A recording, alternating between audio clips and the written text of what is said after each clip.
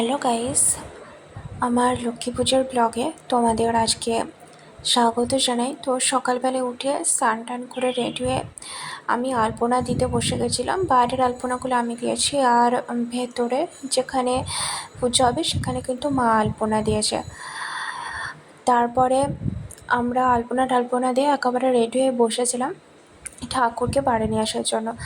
আমাদের এদিকে একটা নিয়ম আছে যে ঠাকুর প্রথমে যার বাড়িতে পুজো করতে আসে তার বাড়ি থেকে আমরা ঠাকুরকে টেনে টেনে নিয়ে আসি নিজেদের বাড়ি। যত তাড়াতাড়ি আনতে পারা যায় ততই ভালো। তো তো সকালে পুজোর জন্য আমি পরে নিয়েছিলাম একটা কুর্তি, ওপরে জ্যাকেট আর আমার এই যে প্যান্ট। তারপর কিন্তু আমরা বসে গেছিলাম পুজোর ওখানে।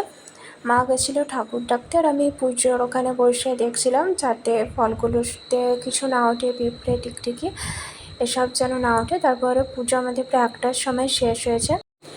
পুজো শেষ হওয়ার পর চেঞ্জ করে কিন্তু আমরা প্রথমে প্রসাদ কিনেছিলাম, হয়তো সকাল থেকে কিছু খাইনি। তারপরে মা চলে গেছিলো রান্না করতে।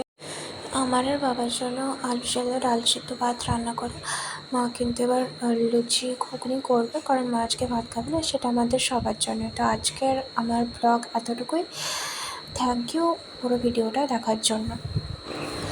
মনে হলে চ্যানেলটাকে সাবস্ক্রাইব করে দিও, আর মনে হলে ভিডিওতে লাইক কমেন্ট করে দিও।